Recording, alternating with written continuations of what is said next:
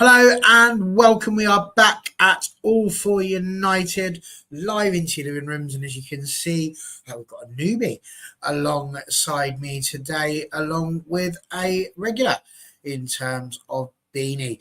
We've got loads to talk about today, absolutely loads. We've got incomings, we've got outgoings, we've got friendlies, a whole kit and caboodle. So we'll get straight into it.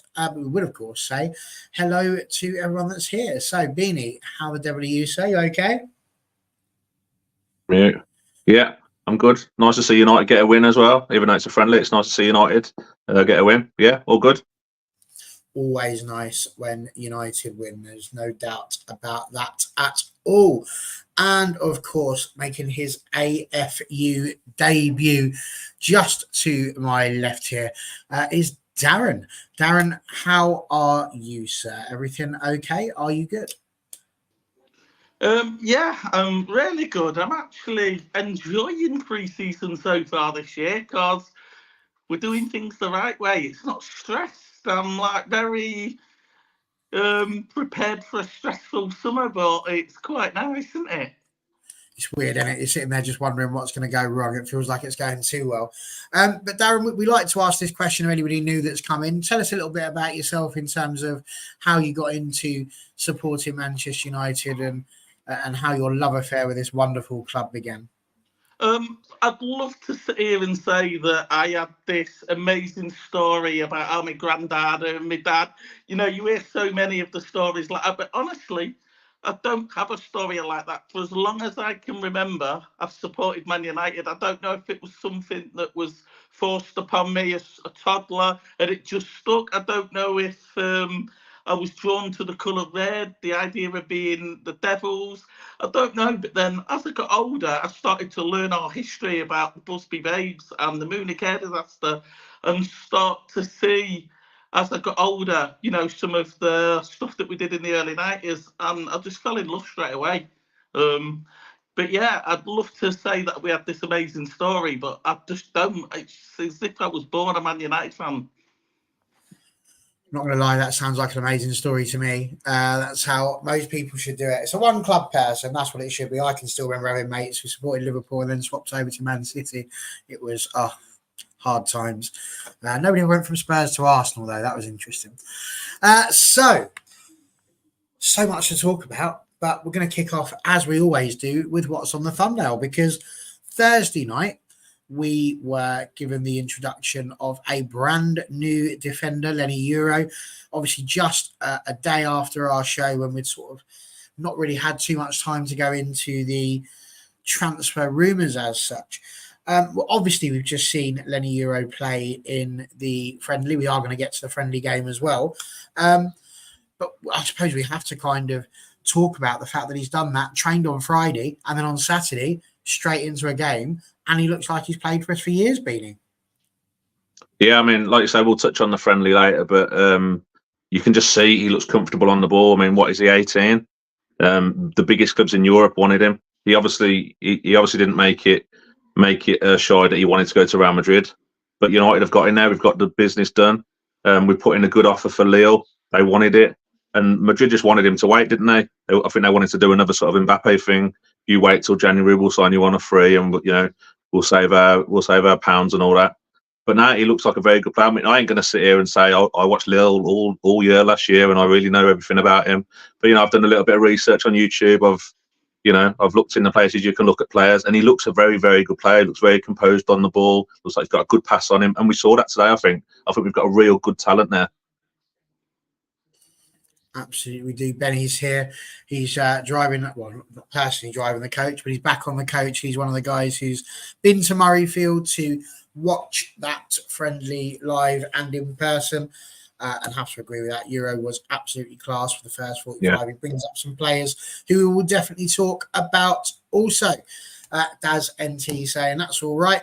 One of my best friends is only a United fan because he was a kid on holiday in England. He asked the sports shop for a scarf for the best team. Luckily, the Clark was a red. So literally as simple as that. Daz, Leny Yoro, what have you made of him in the 48 hours we've had him? Yeah, so I'm kind of a bit like Beanie. I've not got a great deal of knowledge about the guy. I think ultimately the fact that Real Madrid wanted him tells you more than enough. It tells you now, especially with a young player, the fact that Real Madrid wanted him and Real Madrid have spoke to his camp about potentially taking him on a free next year, that tells you enough, especially given the quality of players that they bring in. I think I did a bit of research on him, YouTube. I like the fact that I said earlier in the summer to a friend that Manchester United need to bring in a defender that could sort of be that Rio Ferdinand character to that Vidic that we've got in Martinez. So the research that I've got is he likes to stay back a little bit, and because he's so quick, he likes to run into that space and he can cover such a massive amount of distance. We actually saw a little glimpse of that today. And I think that that'll be great because Martinez will be the one that goes smash into tackles. You know, it's always going to be 50-50. You won't get them all.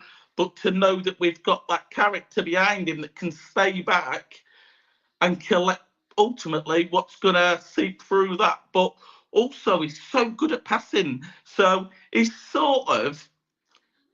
It's a massive upgrade on Harry Maguire for me. Because Harry Maguire, I do like the fact that he can stay back, but I just don't think he's got the pace to cover the ground that he would need to cover if Martinez does messes up.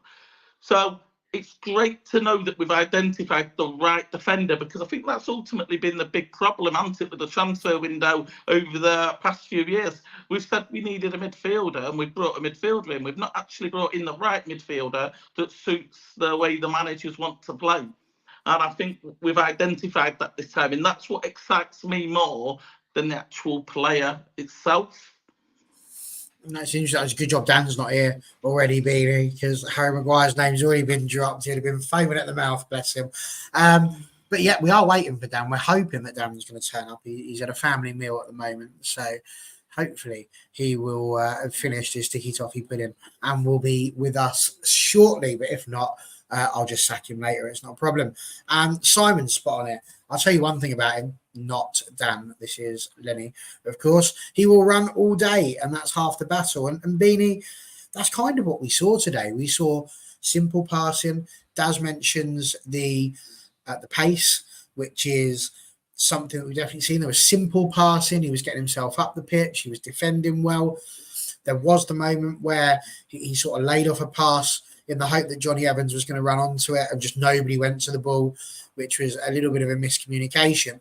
But what was brilliant about that was as soon as he'd seen what he'd done, he was straight on his bike and he was there to block the initial shot in the first place. So there was lots of positives, I think, from the game. But the thumbnail asked the question, do we think that this is a signing to start? Do we think this is somebody who's going to go alongside Martinez? Is this someone who's likely to be the replacement potentially? Are you still expecting to have a Lindelof, a Maguire, and Evans playing alongside Martinez as it stands? What do you reckon, based on what we've seen? I'll be honest, I'll go first. I kind of want to see him play straight away. Yeah, I mean, for me, as the defenders that we've got now, I think the centre back pairing is probably Martinez and Yoro. As Daz said, I can see them complementing each other very well. We saw today he's got good recovery pace. He's got good ball on him. The diagonals he was hitting, it was very Ferdinand-esque, the way he was picking up the ball and moving into midfield. He was absolutely firing them into Wheatley in the first half as well. Love seeing all that. His age for me is a little bit of a worry. More so the thing of I wouldn't want to lump all the pressure on him. A little bit like we have with Højlund, because centre backs is a little bit less forgiving, isn't it? If you make a mistake, it's probably going to lead to a goal. So I mean, whether we do get a delict in to kind of take that pressure off him.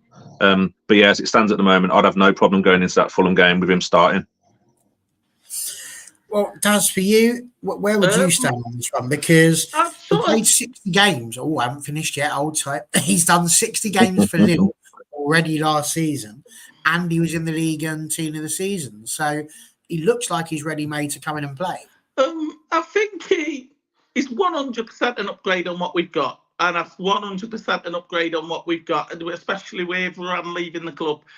We have got a space in that team for somebody that isn't Lindelof, isn't Maguire. And so I definitely think that this guy can come in and pair with Lisandro Martinez. But we are almost sure that he's going to be one of two centre-back signings. I think whether he starts is going to ultimately depend on who that second defender is. If that second defender is a Jared Branthwaite, then 100% I'd like to see Leny Yoro starting with Lisandro Martinez. But if that is a Matthias de Ligt, given the amount of experience that he's got at the highest level, because, I mean, people have this misconception that he's really injury prone. He actually isn't. He's just had a few injuries over the last 18 months.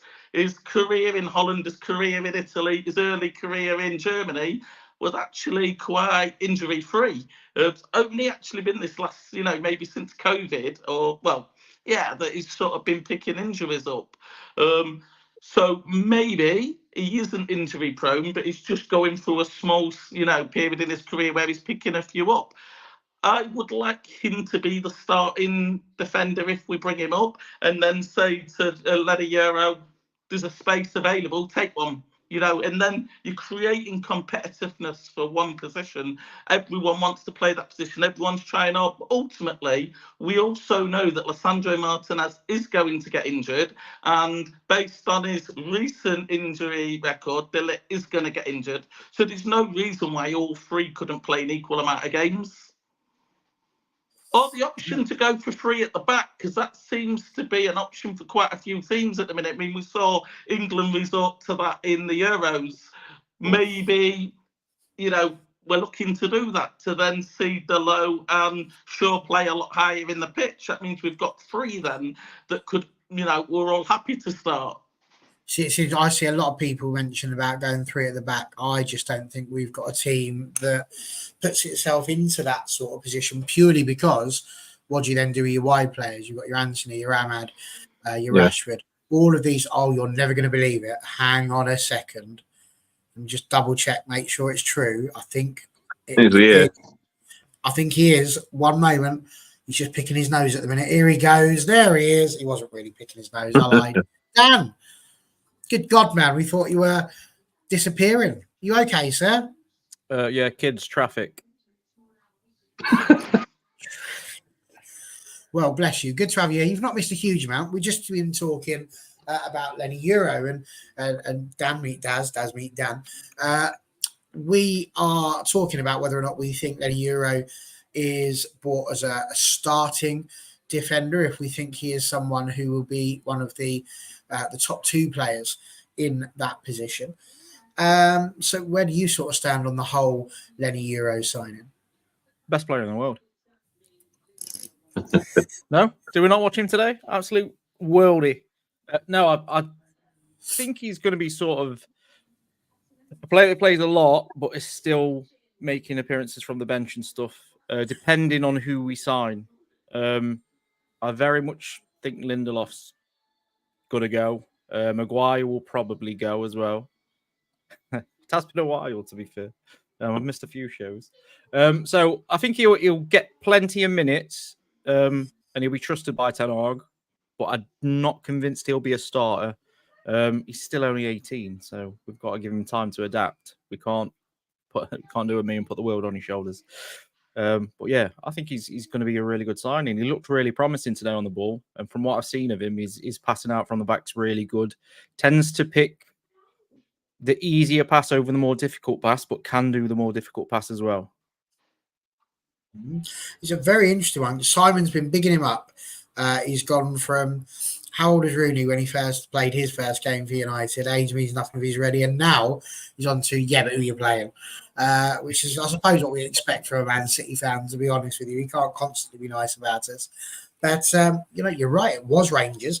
And that leads us, I suppose, onto the Rangers game a little bit more.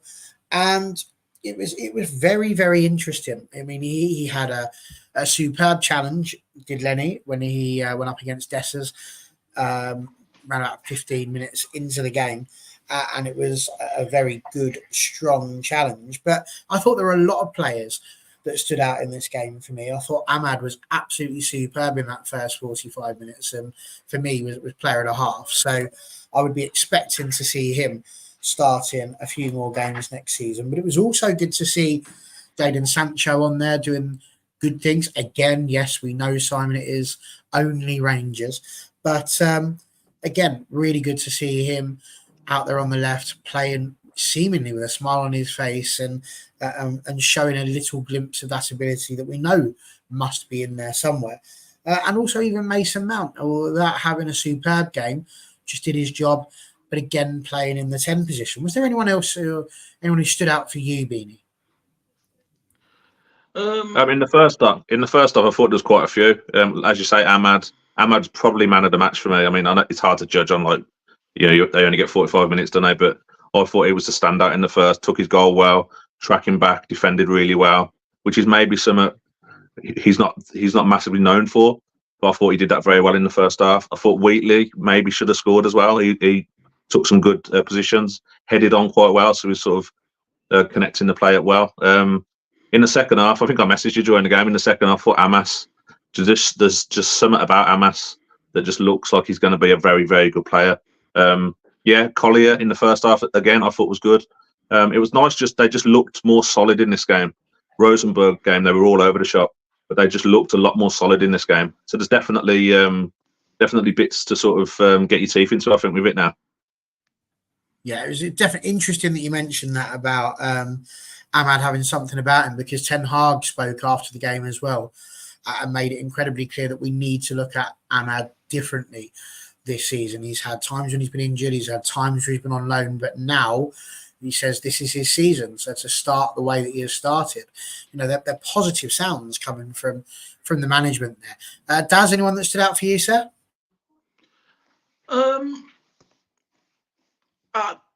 I'm thinking about Ahmed, and I'm thinking that we've got that right-hand side that's very vulnerable. I don't think we've got a couple of players that have been playing out there. I mean, Ganasho's been playing out there, but it's not his best position. We've got Sancho that obviously back. He's not really done out. Anton's not really done out. So there's an opportunity there for Ahmed to come in and actually take that right-hand side. It's there. If the right player wants to come in and take it, that could just be that this year that Xerxes might end up going out there, and we could end up seeing a mixture between Ganasho, Rashford, and Xerxes. But I'm really glad that Ten Hag said that after the game about having to look at Ahmed differently this year, because I think he was one of the players that I wish we'd have seen more last year. And I think he could have this sort of Kobe Mainu journey, sort of be put on the bench a lot in the early starts of the season, but come on and do enough that he gets a few starts, and then he just takes his place in the team, a bit like we saw with Kobe Mainu. I think the show was all about him today. I think there's players on that pitch that did the job, like we said. You Mason Mounts, the Sanchos, couldn't pick them apart and say they did a bad job. These are players that have had extended holidays because they've not been away with England, and they're just getting to match fitness, but they've done what we expected of him. Whereas for Ahmed, this was his chance to shine, and I think he's took it, because now the manager's looking at him different. No, I absolutely agree with that. And I pulled this up just a minute ago, but Vincent saying it was 5 games for Ahmad against Rangers, and today was his first win. Also same for Will Fish. When Will Fish came on, he's been at Hibs, obviously, 4 games he'd played against them. Didn't win a single one of them. So today it was a good day for him. Connor's obviously been on the gin. This is the owner. He's come straight in with, we're going to win it all.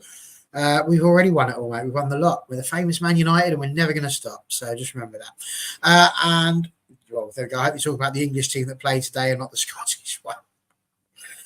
He's definitely not talking about Rangers. He's a little bit deluded, but he's not that deluded. Dan, I know that you were busy eating your chicken wings at the same time as trying to see what was going on here. But was there anyone that sort of stood out with you? I mean, we were talking to Daz earlier backstage. He was mentioning how good it was to see some of the youngsters looking like if they were called upon, we'd be in a situation where actually none of them looked out of place potentially. They looked like they could all do something if they were needed. Is there anyone for you that stood out? I think he's made a really good point on Ahmad. I'd just be slightly conservative with the Mainu route and say that Ahmad himself needs to show a bit of consistency now. It's a weird one, but Ten Hag said that for me, because he could have played him at the end of last season and didn't. He scored after the Liverpool game, and obviously got sent off, and then we didn't see him again really when he after the ban. So it'd be interesting to see if he can get a consistent run of games himself. Talking to the Kobe Mainu route, though, I think this is a brilliant point. Collier looks so good in that midfield. He's press resistant. He's quick on the ball. Don't take too many touches. He looks like a player that's definitely one to watch for the future. And I see similarities in the way Ten Hag is with him on the pitch, like he was with Kobe Mainu. Like after finals, talking to him, they seem to be deep in conversation about something. So I definitely think there's a route there for Collier for sure. He's one that I hope I don't think it's going to be Kobe Maino-esque in the sense that he's going to suddenly be starting games next season. But I think we could maybe see him in a few more tournaments, Europa League, a few games under his belt. I think he's really, really promising. So yeah, but I'd managed to catch a good 65 minutes of the game, and the first half was really impressive. I thought we should have scored more, to be honest, and taken a few more chances. But everybody looked. I don't want to jinx it, but it looks like we've got options all of a sudden in positions where maybe we didn't have that last season. I don't want to get too excited about it, but it looks like the squad's in a good place for a change. So fingers crossed they can keep going through the summer. Yeah, definitely does look like it is. And you mentioned about the goals. Ethan Wheatley had a superb opportunity as Ahmad pulled the ball back to him. And it was, to be fair, if that was the other way around and that was Rangers, we'd be saying what a piece of defending that is by the defenders. We've got to give credit where it's due. But there is also a part of me that thinks maybe he could have and should have scored that one. But yeah, absolutely. The City fans back, he said, I'm a blue, but I know you are, mate. If your infrastructure from top to bottom works in harmony, it'll reflect in the performances consistently on the pitch. And again, Ten Hag has already bigged up Ineos, to be honest with you, saying that being on the front foot in the transfer market has really helped in terms of getting players in, and that when you get players in, you can start showing them the way you want to play, which is a perfect segue. Well done, Simon. It's almost as if you've read my notes, because I kind of wanted to ask this question. I was watching it today and I was thinking to myself, we're missing players. You know, there's no Højlund, for example. Xerxes, a new signing, he's not in there. Bruno Fernandes isn't there. Luke Shaw isn't there. Kobe Mainu isn't there. So there's a lot of players who you would expect to be in the first team that are not currently there. Now, I know that we've just had 2 games, one in Rosenborg, and very interesting that one. He'd also said that Ahmad wasn't allowed into Norway, which was quite an interesting thing. He didn't say he wasn't allowed to play, just he wasn't allowed in, which was a bit strange. But we've had 2 games now, and that first team hasn't been a first team. It's been about getting minutes into the legs of both the youngsters and the more senior players. So the question I kind of wanted to ask is, do you think it's possible, even getting these new signings in early, to set up a style of play and a way that you want your team to work when your players are missing? Or do you think it's still a case of that Ten Hag and his coaching team will still set up that style of play, and it's hoping that the senior professionals can come in and adapt to that way that is happening quite quickly? What do you reckon, Beanie? Because it was sort of, I was mulling it over, chewing it over whilst watching the second half, really, and just wondering whether or not there was anything Ten Hag could really do in that respect. Yeah, I think it's a little bit of both, really, isn't it? I mean, I think he will be trying to implement a new style. I mean, it looked a little bit different to me in the first half. We looked like we were trying to move it a bit faster. It looked like we were trying to put things together a bit quicker. Like last season, at times it looked a little bit laboured. So whether that is something that they're trying to do, a little bit more possession based, a bit quicker. But I do think when the sort of better professionals come back, or the top players come back, or whatnot, I do think it will just be a case of them sort of sliding in and fitting in with what they're doing. But it does look like they're trying to do something different. I mean, I know towards the end of last season, there was reports that Wilcox wants us to play a more possession-based game, whether there's any truth to that or not. But it does look to me like we're trying to fizz it about a little bit quicker. We're trying to, as I said earlier about Yoro with Wheatley, looks like we're trying to get it through to the striker a bit quicker, get it to his feet a bit quicker. So whether that is something new that they're trying to do, I'm not sure. But it did look a bit different to me today. So hopefully that is something that they're trying to do, because it was a bit laboured for me last season at times. Now, Daz, We know from your point of view, it's very much there in front of you there. Does stay controversial, so I'm very intrigued to hear what it is you're about to say. But obviously, last season was not the most fun we've ever had. It ended quite well. The start of this season, it's looking quite positive, as you mentioned. Van Nistelrooy's just come in, Hacker's just come in, got a new goalkeeper coach in, Tenrula. So we've got some big changes sort of happening. Do you think, I mean, it's obviously too early to really put any decent points across in terms of where things are, but can you start to see some changes that are happening in the way that we're playing? And do you think that this season is the one to judge Ten Hag on? I think it has to be. It has to be. I think that's the one thing that we've all, especially the fan base, sort of backed Erik ten Hag and want to stick with him. The one bit of criticism we all have is there's no style of play. There's no way in which you want to play. And granted, he's had a really terrible second season with all of the injuries. You know, just going back 12 months prior, even Klopp couldn't get his team ticking when he had injuries, and he had arguably the best team in the world, playing the best football in the Premier League, and he couldn't get them ticking. So I do forgive him for what we saw last year, because it must have been really hard. But, I mean, I watched the Liverpool friendly the other night, and Liverpool looked terrible, but you could see the style of football Arne Slot wanted to play. And that was frustrating to see, because that's one friendly, and Arne Slot seems to be changing the way he wants that team to play. And yet we've not seen that. And maybe, because these are not even sort of friendlies, they're sort of pre-season friendlies. You know, pre-season doesn't really start until we go to America for me, when all of the players are there. So maybe these are just allowing him to feel what youth players he wants to take on pre-season. You know, which ones does he want to be part of this senior group for the year? And the result in the style of play was irrelevant. It was just these players stepping up to see, who's going to go on the tour. But what I'd like to see over the pre-season with the Arsenal, especially the Liverpool game, is to have that style of play implemented.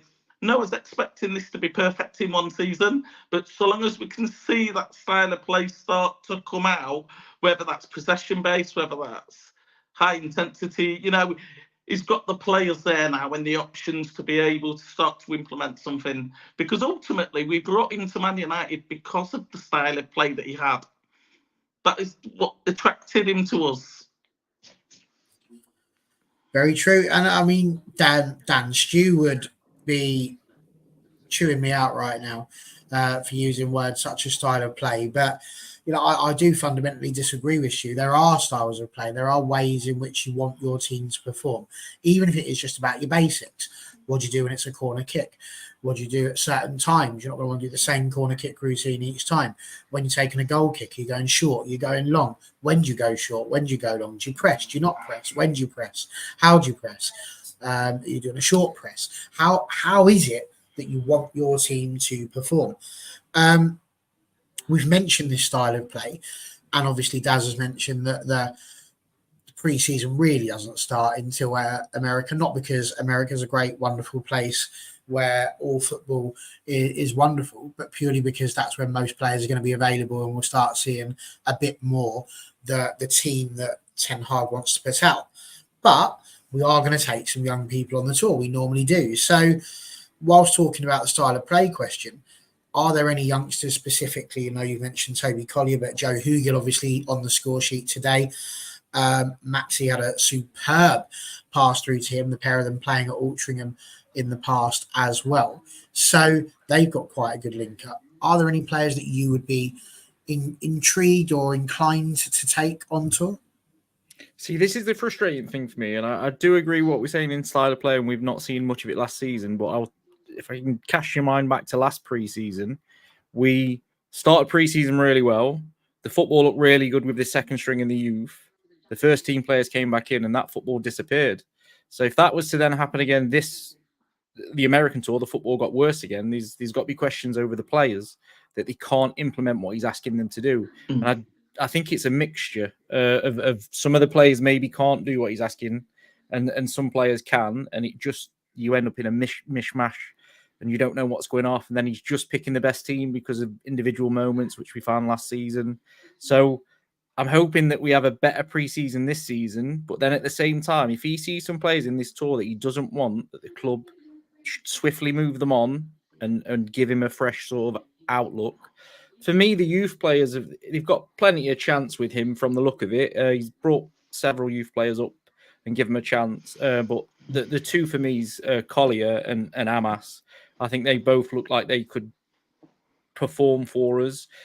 But again, I don't want to get confused with we overplayed Maino and Garnacho last season, and I was all for playing the youth.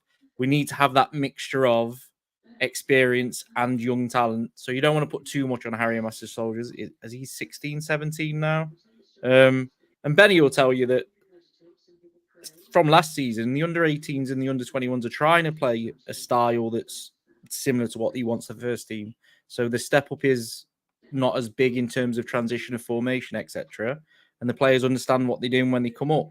I'll just be disappointed to see that if we get some of these regular first teamers back, the performance we've seen today isn't the same as maybe next time. And I get they all need fitness as well.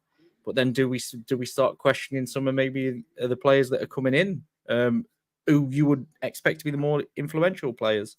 I just think he needs another centre-back. Whether you trust youth, I think that's probably gone now. I mean, I don't know whether we're going to talk about Ugarte or a bit later, but he's 50-50 for me on what we need. It'd be interesting. But yeah, I would love to see more of Amas next season and definitely Collier. And then, like I say, the squad actually looks pretty strong in most positions. If we bring in a centre-back and a midfielder, I think I'm not going to say title challenge. I'm not going to do it. But top four push at least for me. You don't have to worry about mentioning a title push. Connor's already done that, so we're all good on that one. All good on that one. So the last thing I kind of wanted to touch on with regards to the Rangers' point of view was, again, another little sort of post-match thing that's been mentioned. I found it interesting because this article went live whilst the match was going on. And I just found it quite intriguing. It was an interview that Ten Hag did with a Dutch media outlet. And basically, he's completely agreed with Ralf Rangnick that it was open heart surgery that was required at the club. I just felt like that was a really interesting thing to sort of come out with at this point. Not a negative, nothing like that, but just an interesting sort of side note, really, that, as the game's going on and we've got positivity running around the club now with all these good signings that we're having and all those sorts of things, to be harking back to the fact that, under Ralf Rangnick, we were basically, on death's door on the operating table already. I think we all agree with that. But what did you make of the timing of this interview and the content in that, Beanie? I don't know if it's journalists trying to dig at United a little bit, because we look like we're doing some positive things at the minute in transfers, and the boardroom looks in a much better place. But as you say, I mean, whether they brought it out during the match or not, I think we all can agree that that's the case. I mean, I have noticed with Ten Hag in his interviews with a lot of the different media outlets, he seems, I don't know if confident is the right word, but he seems a little bit more like he's a bit more content in his position. Like he feels like he can say maybe a little bit more instead of whether it is because of the new owners, he feels a little bit more secure in that sense that he can say the club needed this, the club needed that. But yeah, I quite like it from Ten Hag. I like the honesty. If he's going to come out and say things, I mean, we all know it anyway. So he may as well come out and say it. He's not saying anything that we don't think anyway. So, but yeah, I think with media dropping stuff like that, I think sometimes it is just to have a little dig at United, because we are, from the outside, it looks like we are on a sort of upward trajectory with what's happening at the club. Would you go along with that, Des?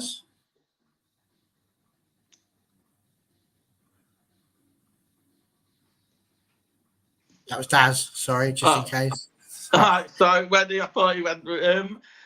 Yeah, I think I kind of agree with Beanie on that. I think we all know what was needed at Man United. I mean, what Ralf Rangnick said was, we all knew it at the time. I think the Glazers felt threatened by that at the time, and I think ultimately that's why he didn't stay on as a consultant and to be part of this rebuild project. But the fact that we brought in a new person in every single element of our football club from top to bottom, other than the manager, tells you that the club and Ineos understand that they needed open heart surgery. And I got a feeling that they wanted to replace Eric Ten Hag as well. But I think I said something in one of my TikTok videos earlier in the year. It was so important for Ineos to protect the constitution that is the Manchester United manager, regardless to who was in that seat. Because the minute they sack Eric Ten Hag, Sancho's going to be like, oh, new manager now. Rashford's going to be like, new manager now. But actually, the mindset to that's now changed because they're like, hang on, the owners have done something different. We've now backed the manager. If we do, all this drama again this year, Ineos are going to be at us because they're backing this manager. And I think that if stuff doesn't change over the next 12 to 18 months, then I very much can see them replacing the manager as well. And I think a lot of people naturally just want to go back to, oh, Man United need that, Man United need this. But we know that. It's why we've changed everything. It's why we're hitting the transfer window quite aggressively, quite efficiently. So do Man United need open heart surgery right now? Probably not. No, I think the surgery's done. I think what we now need to do is, I know it's frustrating for a lot of Man United fans to say this again, but we just need 3 years now. I know we've said that every year. We just, when we get a new manager, he just needs 3 years. He just needs 3 years. But 3 years means nothing when you've got Ed Woodward running in the club and the Glazers making decisions. What we now need to do is respect the fact that we brought in Barada, Ashworth, and all of these, Wilcox, and all of these guys. We just need to give them time to do their job, because ultimately the scouting reports that they're going to come out with now are ultimately going to be a little bit rushed. Maybe they're going off what Newcastle might have bought. You know what I mean? Ashworth might be thinking, who was I identifying for Newcastle, maybe? And, same with Barada, who was we identifying at Man City to come in? I think we just need time for them to set up their scouting networks. And unfortunately, that's going to take 2-3 years to get that running efficiently. That could mean that it's going to take us 3 years before we challenge again. But I think Man United are going to be the dark horses in the title race this year, because I think we're closer to the team we was in Eric Ten Hag's first year than we are the team that we saw last year. I think I tend to agree with that last bit for sure. I mean, Dan, the whole article, as we said, with a Dutch media outlet, part of him being quite so honest, perhaps, is the fact that it was a Dutch media outlet. I think people are generally more comfortable with media from their home countries. We've seen that time and time again. Solskjaer would be very open when he was talking to the Norwegian media, for example. You have people that you feel quite confident that you can talk to and get things put out without there being any major spin or bias. I bring that up also because, as Daz mentions, talking about trying to get these players in, he talks about De Ligt as well in the scouting reports. And he actually says, yes, I did know him from Ajax, and he is a player that I highly rate, but actually that the purpose of going for De Ligt isn't because I've sat there and said, I really want this player. It's the scouting reports that are coming out that are suggesting that we get this player, which I thought, again, was a very interesting point to make in there. I suppose what we could add with that is that Daz says the open heart surgery is done. We're kind of in that situation where when anybody's had surgery, the stitches, you've got to be very, very careful of them. Are we sort of in a position where we kind of just now need to, as Daz says, be careful, because all of the good work could be undone with just one major sort of event rupturing and undoing all of the good work? Yeah, for sure. Me, I'm going to flip-flop through the season every single week. But I just hope we stick by the manager as long as possible. We've sacked managers before that deserved more time.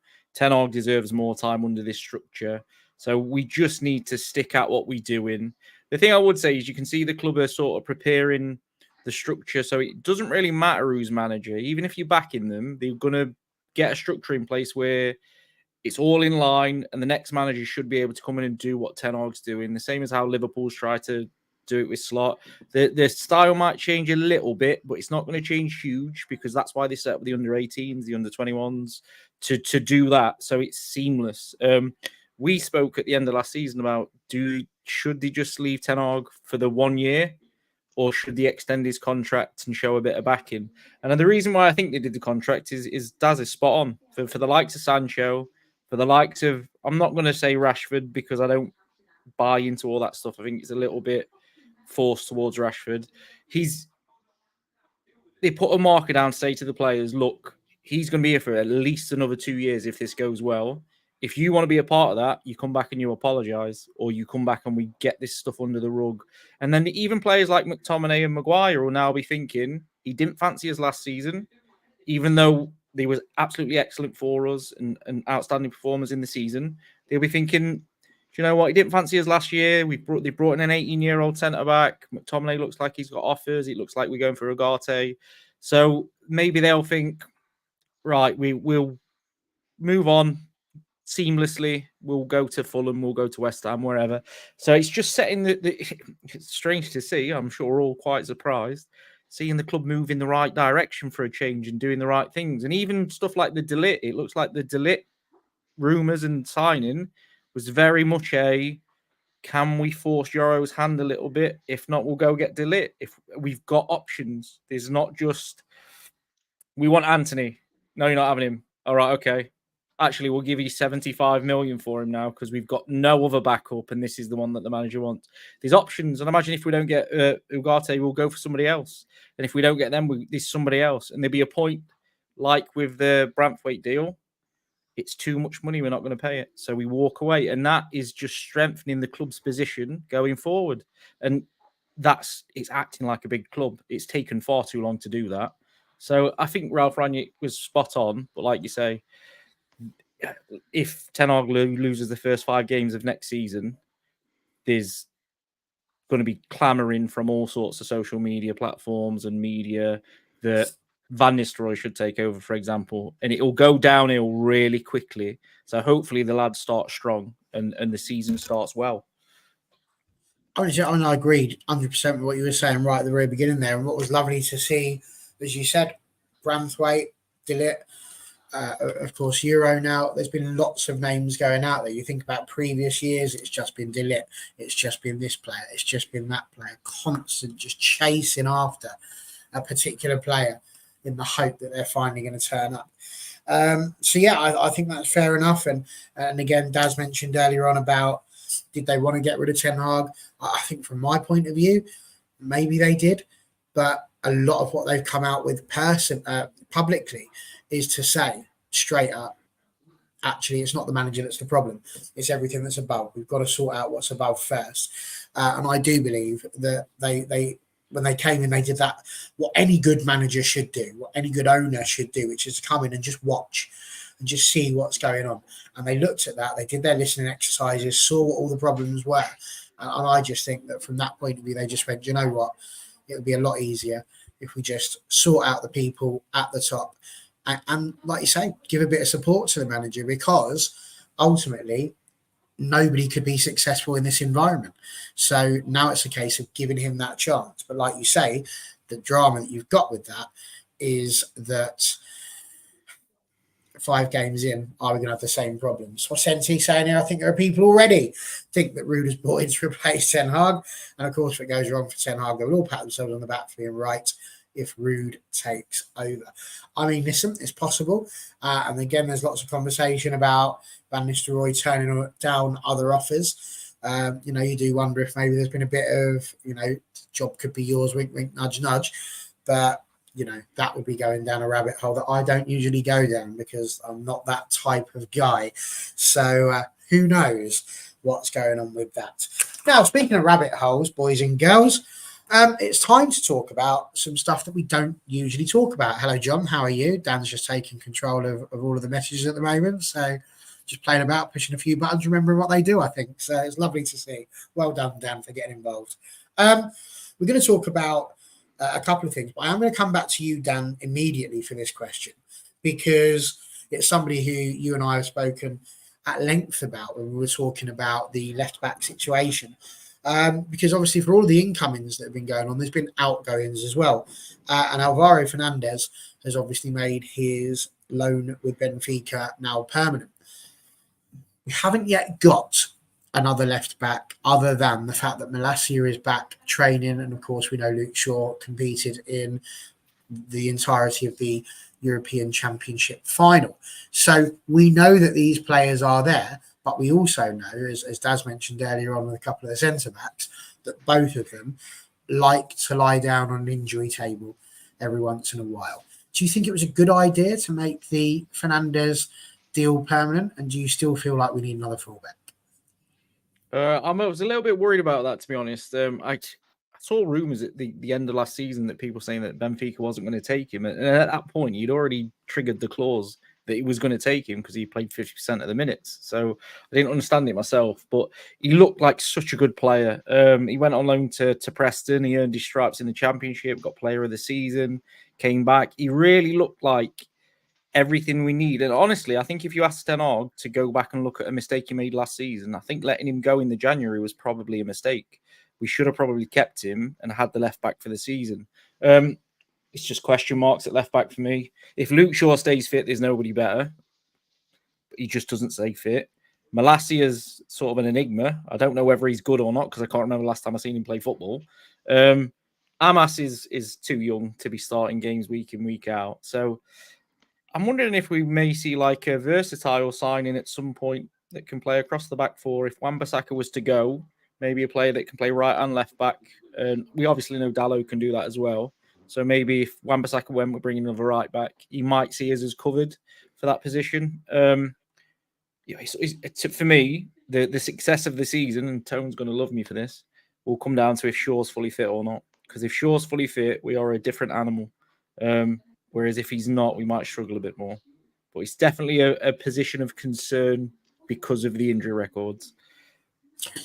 Beanie, new fullback required? Yeah, I think so. I mean, we've spoken about it on here before, haven't we? That the left back situation was an absolute mess, wasn't it, last year? With the Reguilon thing coming in, and then he lets Reguilon go, and then we have no one there again. We're playing, I don't know, Lindelof over there at one point.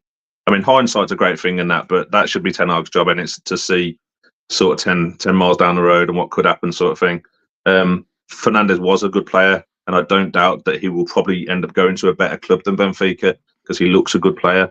It worries me slightly that Wan-Bissaka sounds like he may be leaving, or it sounds like there's clubs after him. So as Dan said, you'd then say you're going to have to bring someone else in. I don't see any rumours about us bringing in a fullback.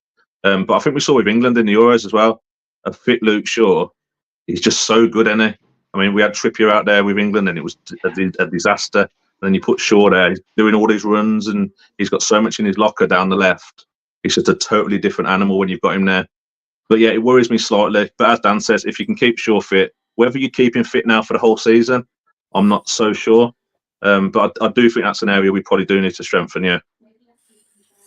Daz, you mentioned earlier on that maybe we could go to three at the back. So it's a sort of a two-faceted question for you here, because obviously I was interrupted by the fact that Dan finally walked in from what I was saying before, which was if you were to go with three at the back, obviously you'd be playing with wing backs potentially or midfielders in a sort of a 3-4-2, 3-4-3 sort of situation.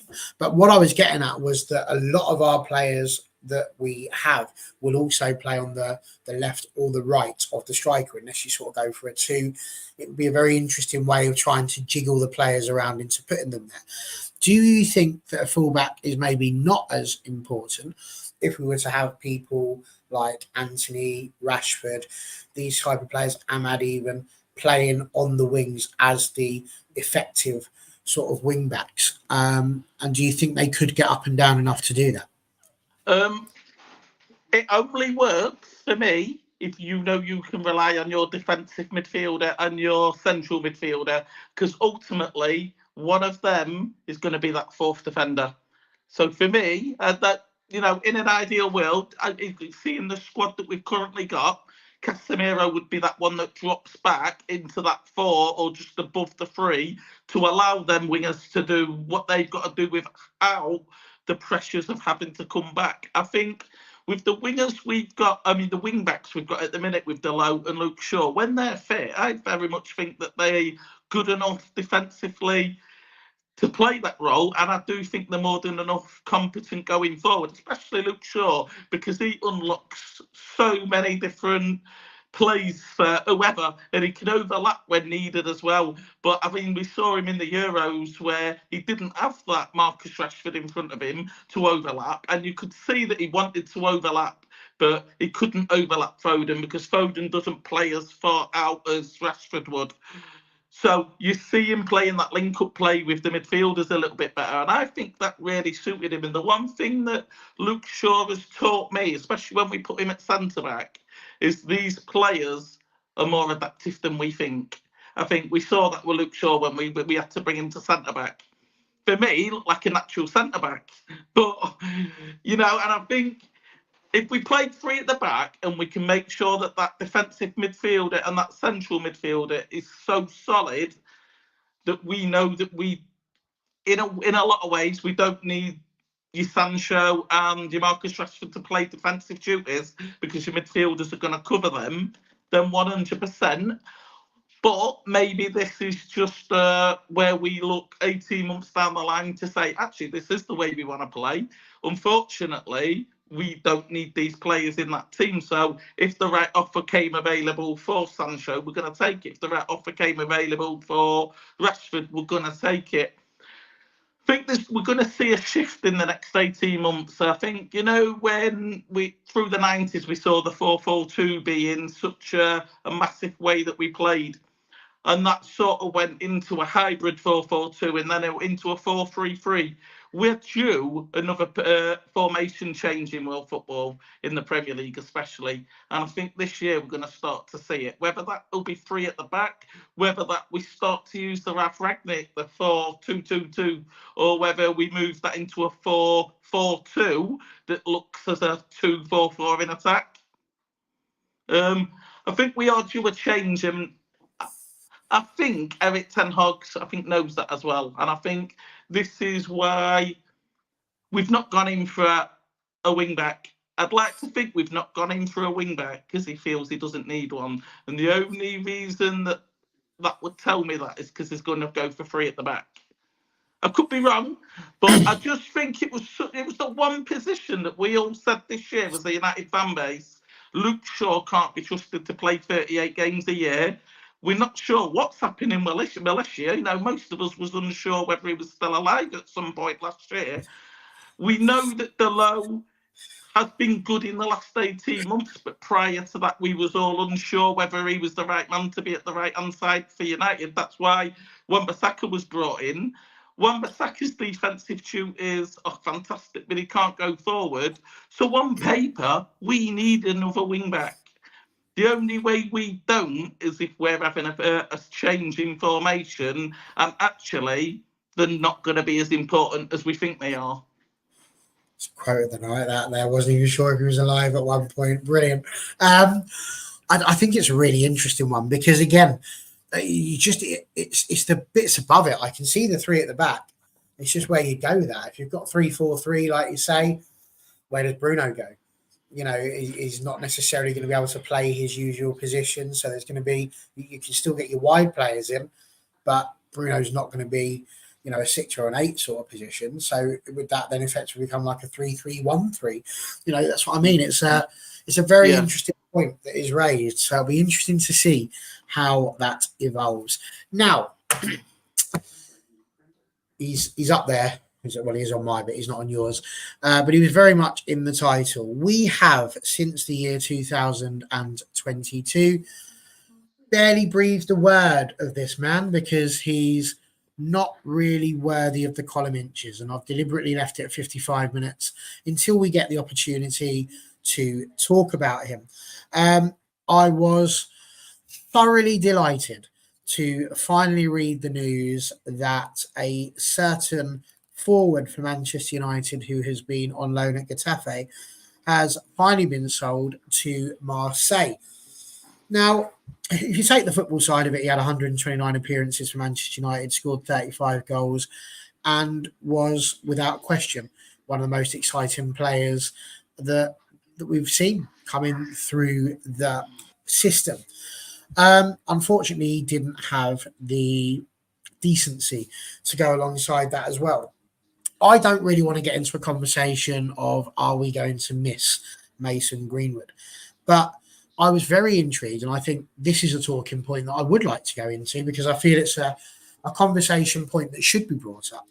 I've read today that the £30 million that we've received for Mason Greenwood, there's pressure coming from outside now that this money should potentially be donated to domestic abuse charities.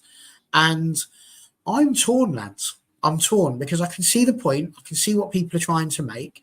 And I think it's absolutely right that a statement of this sort of magnitude should be made. It was a horrific time in Manchester United's history when Mason Greenwood returned back to this football club, even for the briefest of moments. It was very, very clear that the fan base weren't going to be very happy about it.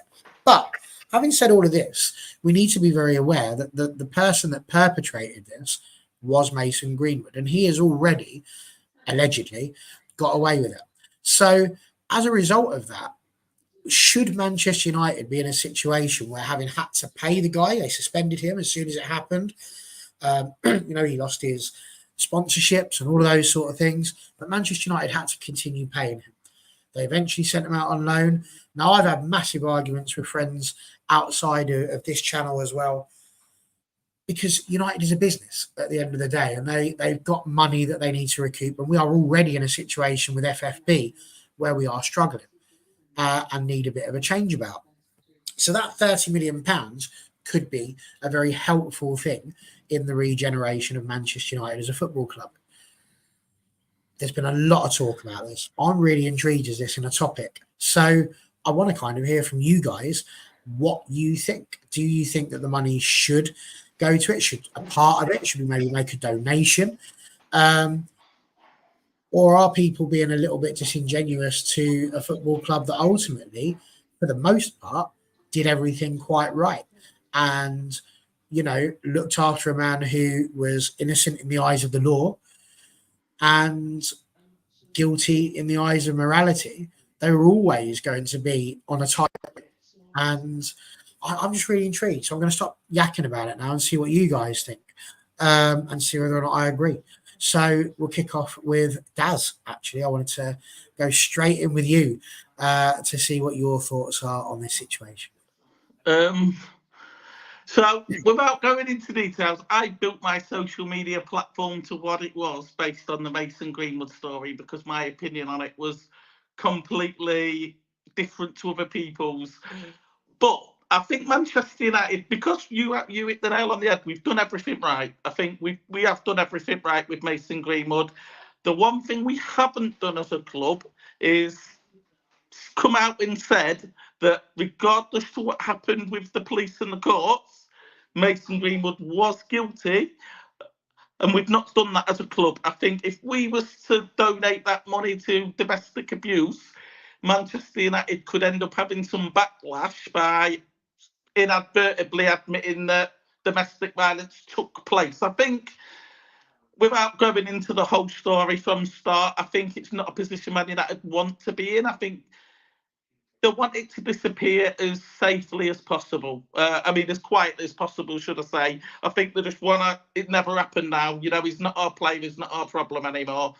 What I would like them to do is not necessarily to domestic abuse. What I'd like them to do is that knowledge that worldwide, from even talking about the Enzo Fernandez and the racism quite recently, come out and say these young players need more counselling. These young players need more support to turn into better footballers. And you can use the Mason Greenwood stuff as an example. You can use, the Enzo Fernandez stuff that we've recently seen as an example. And let's invest some of this money into the structure to say we're going to take care of our youth players or under 23 players a little bit better. We're going to put more tabs on them. And whether that's media train them, PR train them, I don't know. But also, if Man United was going to make a donation to domestic abuse, I think it should be done confidentially and not publicly. One, because I don't think we should benefit with any brand exposure from doing that, because ultimately it's covering up a problem that as a club was our problem, but also it's having the risk of it coming back to bite us in the arse sort of thing. I think if we are going to do it, it's got to be done confidentially, but I would like more support for our younger players, because what's to say that this doesn't happen with Kobe Mainoo? You know, something, he gets influenced by other players around him. I mean, and this has been going on for years. You look back at Paul Gascoigne. Paul Gascoigne went to Newcastle and he was surrounded by drinkers. You know, if he'd have come to United, he would have been surrounded by the likes of, you know, Robson and players that would have been more mature for him, and maybe he wouldn't have turned into an alcoholic. So I think investing in that, but maybe it's something that the Premier League could do as a whole. To be fair, Brian Robson was partial to a drink, from my understanding of those guys back then, but I do see your point very much so. Beanie, I think it's a really interesting one. Mason Greenwood is probably worth double when he left than he is now. You look at some of the transfer fees that have been going on across the country, 100%, we could have got 60 million, I think, for the guy. Do you think that United have already paid enough in terms of the fact that we've had to sell what is ultimately an asset for a reduced fee? Do you think that is almost punishment enough for us keeping hold of him and not just terminating his contract immediately? Again, the people that I talk to, some would say that we were completely within our rights to cancel the contract, that there is more than enough. But if there is one thing that Daz says there that I think makes complete sense, it is that if you do start giving this money to a domestic abuse charity, and especially publicly, you are kind of inadvertently saying, well, yeah, he did it. And we have not done that yet. We haven't said he was guilty of this because we can't. You know, I had to use the word allegedly. We all heard the recordings. We all heard everything and saw everything that was going on. But that's all we've seen. So it's one of those where if in the eyes of the law, there wasn't enough to convict at that point, we can't really, you know, that's why we have a law. It may not taste nice. It might not be nice. It might not be what we as decent humans want to see. But currently it is what it is. And it's a horrible, horrible situation. And I think I agree with Daz. You just want it to go away because it's not really becoming for the football club. But ultimately, it is a massive, massive talking point because it's problems like this that are the reason why women don't come forward in the first place and why they will go back to their partners on average 7 times before they finally leave an abusive relationship. Yeah, I mean, it's a very muddy situation, isn't it? That's been left that way because of the system, because there wasn't enough to convict him. He's kind of left it in a sort of, it's a very sort of, yeah, like no one really knows how to handle it. And I think United have probably done the best that they could with it. They moved him out to Getafe to get him away from the club. I mean, as you say, United are a business at the end of the day, and he is an asset. However much, you know, what he done is wrong, they have to protect themselves a little bit. And I think they've probably done as much as they could. I mean, I was of the opinion he was never going to play for United again. As soon as that all came out, it's like, no, you can't be putting that red shirt on again. And I think the owners of the club probably thought very similar, but they have to go down the right way of doing it. They have to get something out of that. Do you know what I mean? I mean, terminating his contracts from a business point of view would have probably not been great. I mean, we've got 30 mil, we've got a 50% sell-on clause with him as well. Because if he does well at Marseille, he probably will go to another big club again. Because purely footballing sense, he was such a good finisher, weren't he? He was such a good player, but he's just thrown it all up the wall. But I wouldn't go down the route of donating it to domestic abuse and all that sort of stuff, because, as you say, then that will open another can of worms. Then it'll be, well, okay, United thought he was guilty. Then United saying he was guilty. Well, why didn't they terminate his contract? Why didn't they do this? Why didn't they do that? So it's a very muddy, it's a very grey situation. But I do think Daz makes a good point of, I think the younger players, they need a lot more guidance to take them down the route that they're not this untouchable, person that can do anything that they want.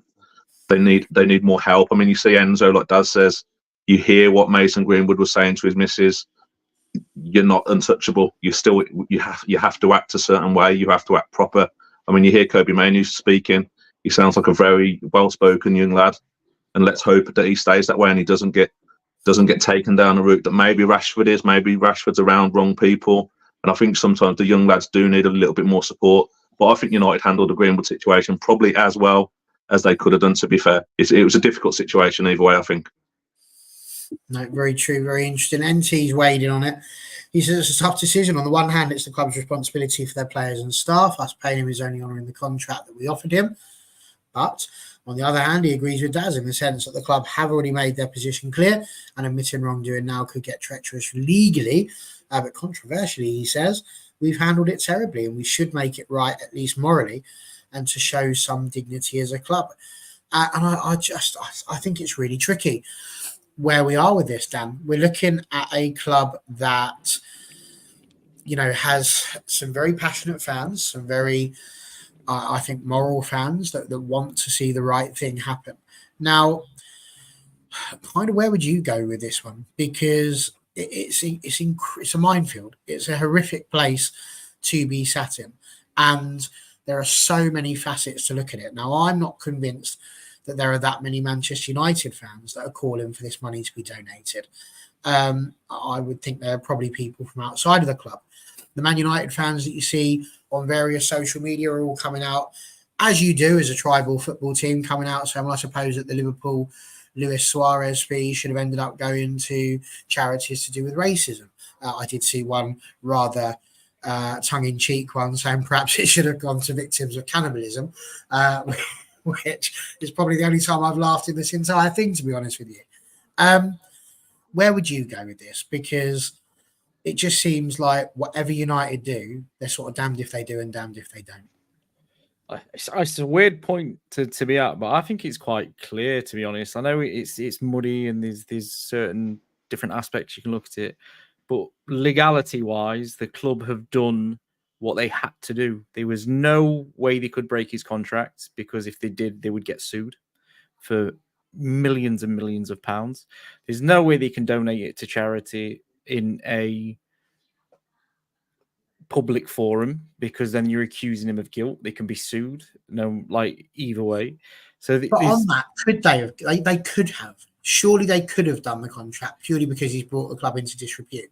Whether they liked it or not, whether that was legal or not, whether that was morally correct or not. The fact was, what people heard, there was never a denial from Greenwood that was him, and so therefore that did, and it has. I mean, look at where we are now. That the club is in disrepute. So a decent lawyer could have argued that, could they not?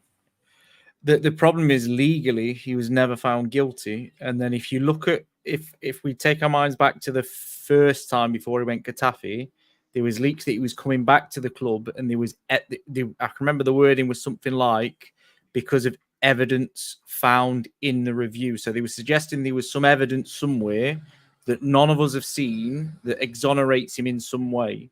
So it's also muddy legally. They've done it the right way. To be honest, I agree with NT in the sense that up to that point, when it was Arnold dealing with it, it was not being dealt with very well. It looked like he could possibly return.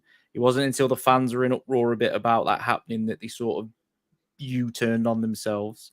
But they've got it right in the end. I remember saying a few times on last year's show, I think it was, that I didn't like the way Ineos was speaking about it. It wasn't clear. It didn't feel like there was clarity that he was definitely going. There was a chance he might come back to the club because he's a good player. Like, there are lots of footballers that are equally horrible beings of people, but they've been given a second chance because they're good footballers. There's footballers that have killed people in drink driving and carried on playing football for high-level teams, 4 or 5 of them, in fact. So from a legal point of view, I think the club's got it spot on. Donating to charity and stuff, to be honest, I just think it's another way of beating the club from people outside and saying they've done something wrong, if that makes sense. Let's not forget that they've brought this lad up from the age of 7. He's been through all the youth teams. It's cost to get into the level he's at. The club spent lots of money to get into the level he's at. They've paid mass wages in his contract that then they've had to pay for months and months and months while he didn't kick a football, which has cost the club money. I just think they've got it ultimately a bit wrong at the start, but they've got it right in the end, which is that he's not playing for the club. He should never have put a shirt on for the club anymore. I think everybody agrees with that. Now it just needs to be forgotten about. I hope we're not talking about him going to a massive team in a few years, but I definitely think that's going to be the case because, unfortunately, there's no morality in football. There just isn't. Like, no matter which way you look at it, not every footballer's a nice person. I'm just glad it's done with. I'm glad he's gone. I'm glad we've recouped some money because we've trained him, and the club shouldn't have been punished for his mistakes. I agree 100% with what Daz is saying as well in terms of these players do need better PR, better training, I better think media it's training. important as well, though, Dan, for people to remember that we live in a different world now with social media than we essentially did 15 years ago. I mean, just to remind any of the viewers that might be in here, and again, this might be controversial, but our greatest ever captain, Roy Keane, was bailed out of prison the night before the FA Cup final in 1999 by Alex Ferguson under charges that he'd beat his wife up. I'm not condoning that, but what I'm saying is we live in two separate worlds. In 1999, Roy Keane was an asset. He was playing in the FA Cup final. His personal life was very much personal, and it was in no responsibility to the club. And obviously, shift has changed. And I think, had this not have been public, Mason Greenwood would still be a Manchester United player. I think it was because it was so public. And again, I'd love to sit here and say Man United are going to tick that ethics and moral box. You know, their moral compass is going to be perfect. End of the day, like Beanie said, this is a business, and none of these go into that with a moral high ground. They go in as a business high ground, and if they can tick the moral boxes where they can, they will. I think Man United was ultimately in a lose-lose situation with this, but I think ultimately we dealt with it the right way. And even the way that we've got rid of him, we got rid of him at affordable price, so finances wasn't going to be an issue for anyone to take him off our hands. But we got 50% of a sale on. So if he goes to Marseille, scores 40 goals, and then he ends up at Barcelona in 18 months' time, 100 million, that would have been 80 million quid that we've recouped on him. So from a club point of view, I think we have ticked every box, and we was always going to lose in this. I think it's just collateral damage, the way we've dealt with it. The problem is we live in a different era. Social media and the platform itself is mad. The shining light on football is mad. And I'm going back in the war moment here, Barry, but you remember at school, the kids that used to play football, the popular kids, were, for lack of a better word, dickheads. So these kids are then being given vast amounts of money as they grow older. They don't suddenly become nice people with money. And as Daz just said, there's no such thing as a moral billionaire.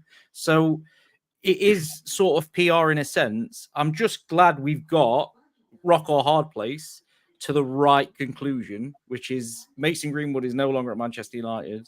It's not our problem anymore. Hopefully the stain on the club can sort of lift a little bit.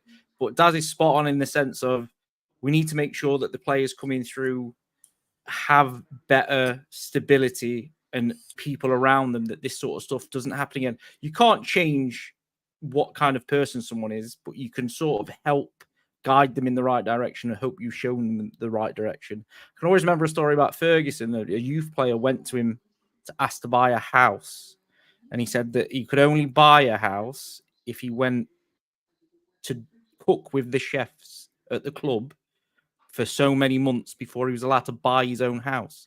And it was teaching him how to cook, because when a 19-year-old disappears into a flat on his own, a lot of takeaway boxes and kebabs knocking about, and his career might go down the shitter. So it's just getting that sort of stuff back in place. But again, it's the club structure. I think the biggest issue for me in all of this is I genuinely don't think the people involved in the Greenwood situation, it's just speculation on my part, wanted any of this to come out. It sounded like some social media got hacked and it was leaked. So this could have carried on for years and years and years without somebody doing what they did to release it. So this is where we've got to be careful. You don't ever know what kind of person somebody is. The club have to do more. It's not just our club. The Premier League has to do more for young kids and people coming through in football. I think, it's one of those horrible things, because morality, as you said, doesn't seem to exist in football. And the thing is that as United fans, obviously we're relieved to see him gone.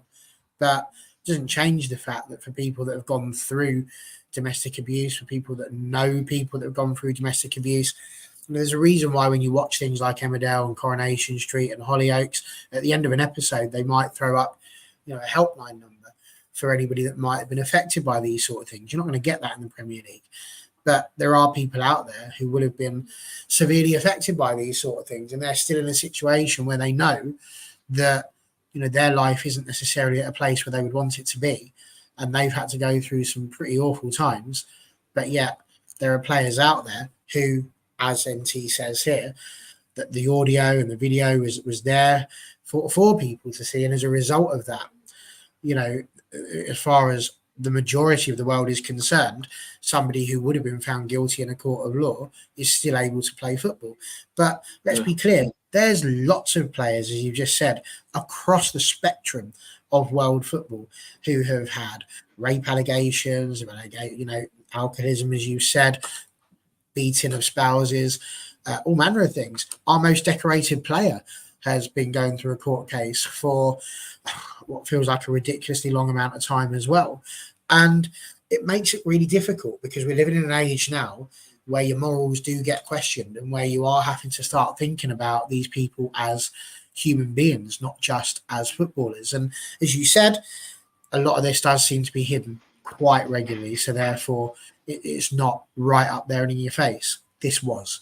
And as a result, it's made it into a far bigger animal than I think we've ever seen before.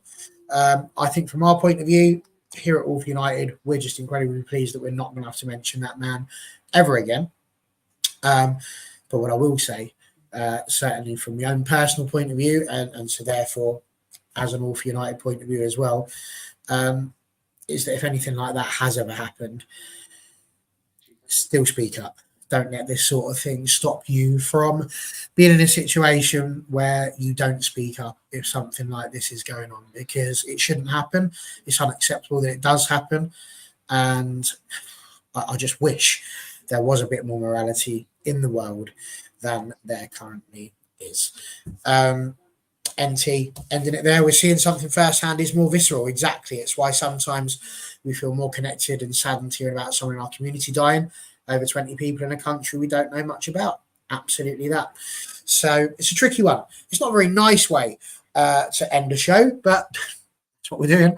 So there we go. We've put it at the arse end because it's what comes out of the arse end, unfortunately. But nonetheless, we are at the end of another absolutely superb Saturday Night Live. It's been great to see everyone. Beanie, if people wanted to hear more of your turgid opinions, whereabouts could they find you? TikTok on MUFC Beanie 7 and Twitter now, Andy Bean 84. I'm expanding.